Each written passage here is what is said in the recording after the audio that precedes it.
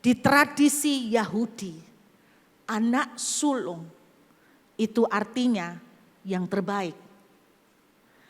Bukan hanya terbaik, sampai Alkitab menuliskan lemak-lemaknya dipersembahkan kepada Tuhan yang terbaik. Kenapa dia sampai persembahkan ini? Berarti cuman simple, karena dia cinta banget sama Tuhan. Kadang-kadang kita sering melayani Tuhan sebagai rutinitas. Pokoknya persembahan. Jadi Tuhan kita pandang sebagai dewa, kayak patung-patung, pokoknya ada persembahan lah, ada makanan di situlah. Berarti ini menunjukkan bahwa apa yang dilakukan oleh Kain tanpa ada cinta. Hanya sebagai sebuah kewajiban. Persembahan yang indah, persembahan yang datang, segenap hati, tidak ada yang ditahan.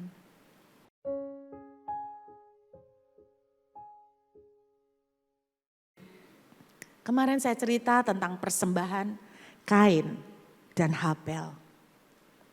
Saya bilang kenapa persembahan Habel berkenan dan Kain tidak. Mari saya tunjukkan lagi satu alasan yang kemarin saya tidak sebut. Kejadian 4 ayat 4. Kejadian pasal 4 ayat 4. Setelah itu akan saya selesai. Kita akan indah. Dan saya berdoa ketika Tuhan melihat it's so beautiful. Tuhan akan bilang jangan ganggu anak saya. Kejadian 4 ayat 4. Habel juga mempersembahkan korban persembahan dari anak sulung kambing dombanya, yakni lemak-lemaknya. Maka Tuhan mengindahkan Habel dan korban persembahannya itu. Yang dipersembahkan Habel, anak sulung dari kambing domba. Di tradisi Yahudi, anak sulung itu artinya yang terbaik. Bukan hanya terbaik, sampai Alkitab menuliskan lemak-lemaknya dipersembahkan kepada Tuhan yang terbaik. Kenapa dia sampai persembahkan ini? Berarti cuman simple, karena dia cinta banget sama Tuhan. Mari kita lihat ayat 3, persembahan Kain. Coba Anda lihat ayat 3, persembahan Kain. Setelah beberapa lama waktu lamanya, maka Kain mempersembahkan. Udah kelihatan ya. Mempersembahkan apa Pak? Pak ngerti arti sebagian Pak Bu? Dari sini Anda bisa ngelihat gak kadar cinta yang mana yang lebih cinta? Ini aja udah kelihatan, dituliskan apa? Sebagian dari hasil tanah itu, betul gak? Sebagian. Sudah gak mempersembahkan panen yang sulung, panen pertama. Tapi sebagian. Kenapa dia persembahkan sebagian? Ya pokoknya persembahan. Buat rutinitas. Kadang-kadang kita sering melayani Tuhan sebagai rutinitas. Pokoknya persembahan. Jadi Tuhan kita pandang sebagai dewa, kayak patung-patung, pokoknya ada persembahan lah. Ada makanan di situlah. Berarti ini menunjukkan bahwa apa yang dilakukan oleh Kain tanpa ada cinta. Hanya sebagai sebuah kewajiban. Sudah jelas dari sini. Yang satu anak sulung dan lemak lagi. Yang ini sebagian. Anda aja sudah kelihatan, ketawa sebagian. Itu sebabnya Tuhan tidak suka dengan persembahan Kain. Bukan karena Tuhan rakus makanan. Tapi apa yang kau lakukan menunjukkan apa yang ada di dalam kamu. Saudara, jangan bicara soal jumlah. Tuhan yang paling tahu dan saudara sendiri yang tahu. Lakukan terbaik. Persembahan Kain diindahkan Tuhan. Kok pas ya kata-katanya diindahkan. Berarti Tuhan memandang persembahan Kain indah. Beautiful, kok ya persis kata-katanya. Sedangkan persembahan Kain, ya Habel. Sedangkan persembahan Kain tidak diindahkan. Berarti tidak dianggap indah. Ya kan? Persembahan yang indah, persembahan yang datang segenap hati. Tidak ada yang ditahan. Saya mau akhiri, kita akan nyembah Tuhan. Ada seorang worshiper yang saya sangat kagumi. Buat saya dia worshiper. Jangan diartikan worshiper itu penyanyi. Worship itu menyembah. Seorang pemain musik, seorang penyembah pernah ngomong begini, saya menyembah Tuhan dengan berkebun. Saya baca, kok bisa berkebun untuk menyembah Tuhan? Saya teringat cerita seorang pastor Romo Katolik namanya Brother Lawrence. Kalau Anda tidak percaya, Anda cari bukunya. Judulnya God in the Kitchen. Saya pernah sharing itu. Dia mukanya bersinar seperti Musa. Mendoakan orang sakit, membangkitkan orang mati. Romo. Dia ditanya sama orang, ada waktu mukanya jadi normal. Tapi ada waktu tiba-tiba mukanya menyilaukan. Romo kalau berdoa berapa jam Romo? Romo pasti banyak berdoa di chapel ya, kalau di biara Katolik kan di chapel. Jawaban Romo ini memberikan pengharapan buat saya. Dia bilang begini, saya justru tidak pernah berdoa di chapel. Saya lebih sering ketemu Tuhan di dapur. Karena di biara, dia dapat tugas bagian masak. Pokoknya di dapur, ini Romo dapur. Jadi saya tidak pernah ketemu Tuhan di chapel, tapi di dapur. Terus dia ditanya, berapa lama Romo kalau berdoa? Nah ini jawaban kedua yang mengesankan. Saya tidak pernah berdoa lebih dari 1 jam. Saya waktu baca tulisan ini, saya happy. Ada pengharapan. Karena saya tidak pernah berdoa. Saya tidak pernah bisa berdoa 1 jam. Saya mau tanya Bapak Ibu. Siapa yang di sini bisa berdoa 1 jam? Jangan malu-malu. Siapa yang bisa berdoa 1 jam? Tolong angkat tangan.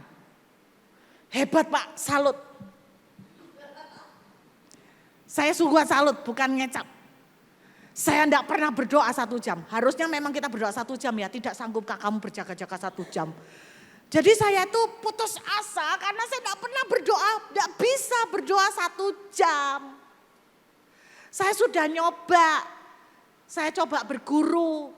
Saya tanya kepada saksi hidup yang pernah tinggal. Pernah doa bareng Om Isa.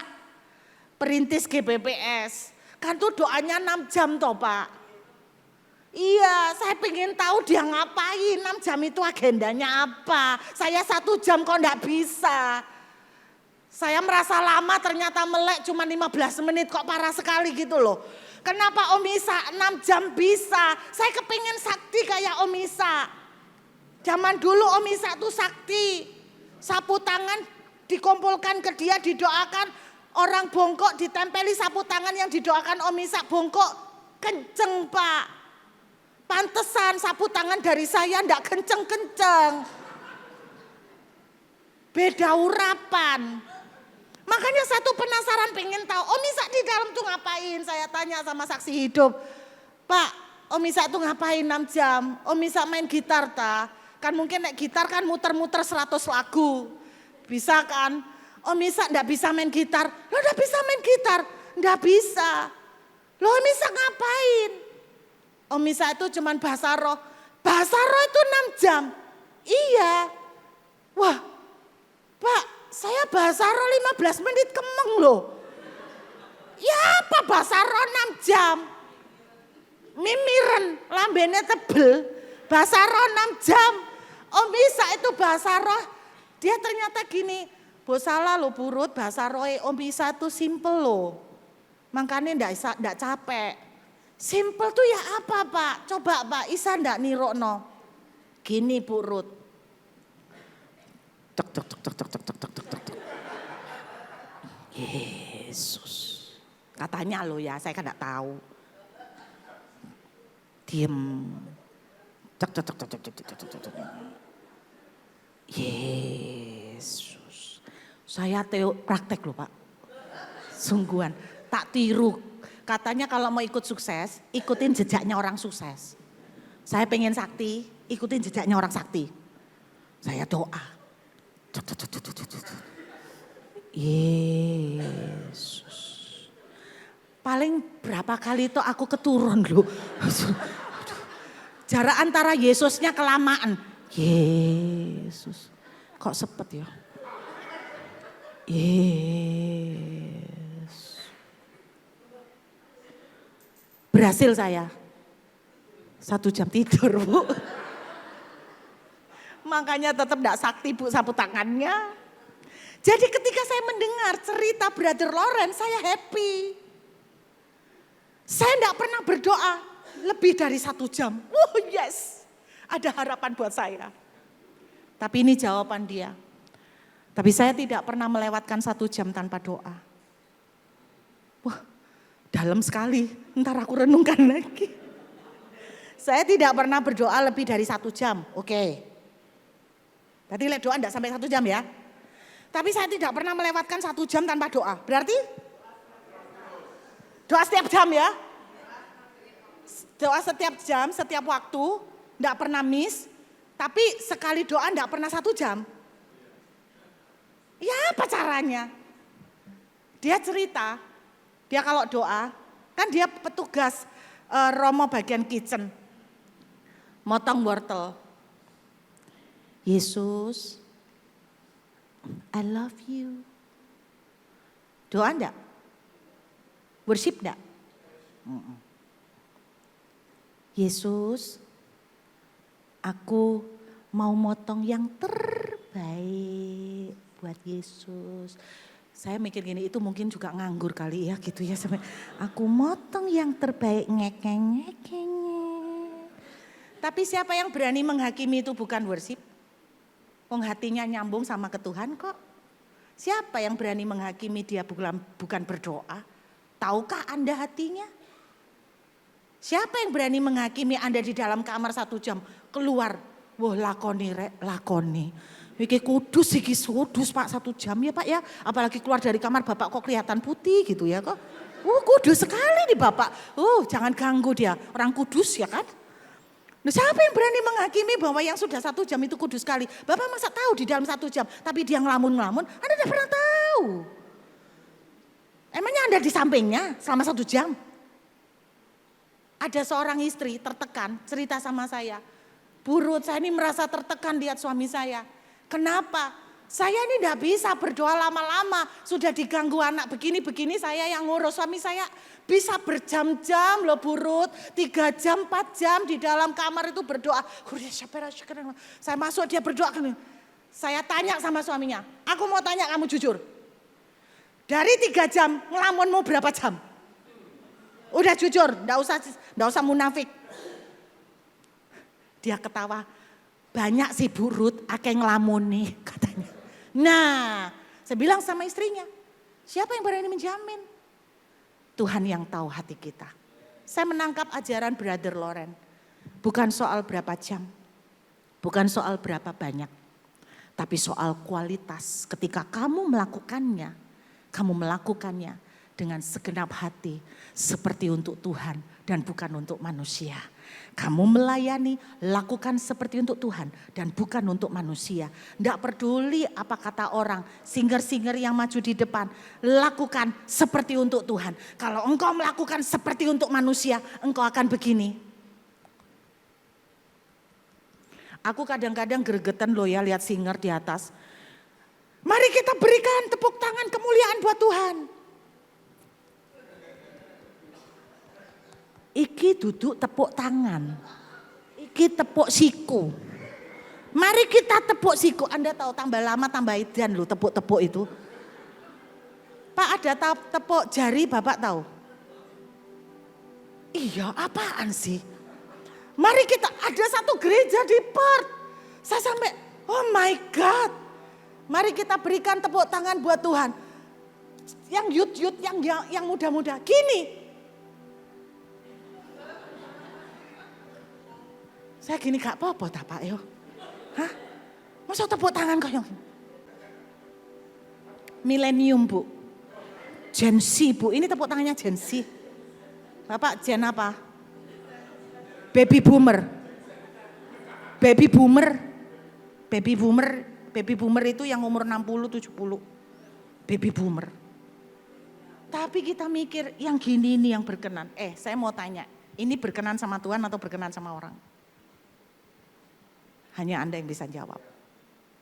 Tapi menurut saya kalau mau menyenangkan Tuhan tepuk tangan gak mungkin gini ya Pak ya. Kurang mantep ya Pak.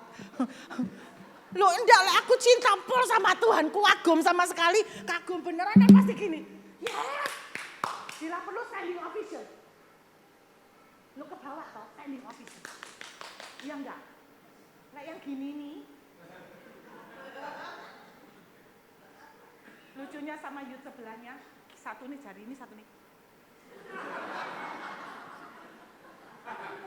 Iki tambah lama tambah gak karu-karuan pengajarannya. Bapak Ibu, biarlah yang mau finger clap, terserah. Ini namanya finger clap. Jangan praktek finger clap. Kenapa? Kelihatan elegan Bu. Orang elegan dan cantik kan melambainya beda ya. Ya apa melambainya? Bapak Ibu ketemu teman lama. Gak ketemu dulu buai, wakrab lu sama gak ketemu Bapak Ibu kangen. Pas ketemu ya apa? Rame kan? Menunjukkan hatimu sangat excited kan? Kalau melambainya gini.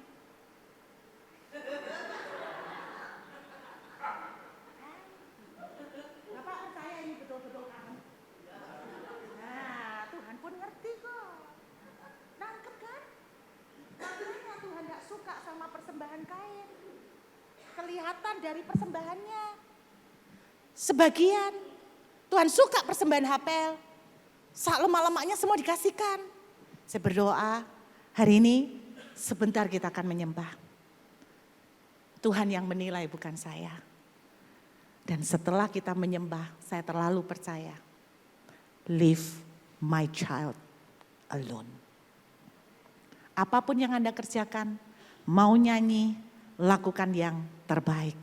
Mau angkat tangan terbaik. Mau berteriak, teriaklah terbaik. Mau jadi asyir, jadilah asyir terbaik. Mau jadi cleaning service, jadilah cleaning service terbaik. Saya mendengar cerita almarhum Yeremia Rim. Dulu pernah mengajarkan, dia dulu kan nyapu ya, orang enggak punya. Dia pernah ngajarkan gini, menyapulah sedemikian. Sampai seluruh surga terdiam ketika kamu mulai menyapu. Saya bayangkan menyapunya kayak apa ya Pak ya. Itu istilahnya dia. Pernah mikir enggak? Menyanyilah sedemikian. Sampai surga itu berhenti, suruh diam untuk dengar saudara nyanyi. Waktu saudara mulai buka suara nyanyi. Surga bilang begini, diam. Aku mau lihat dia nyanyi, aku mau dengerin. Saudara nyapu, diam jangan berisik, aku mau lihat dia nyapu. Wow, bukan soal jenisnya, tapi soal hatinya.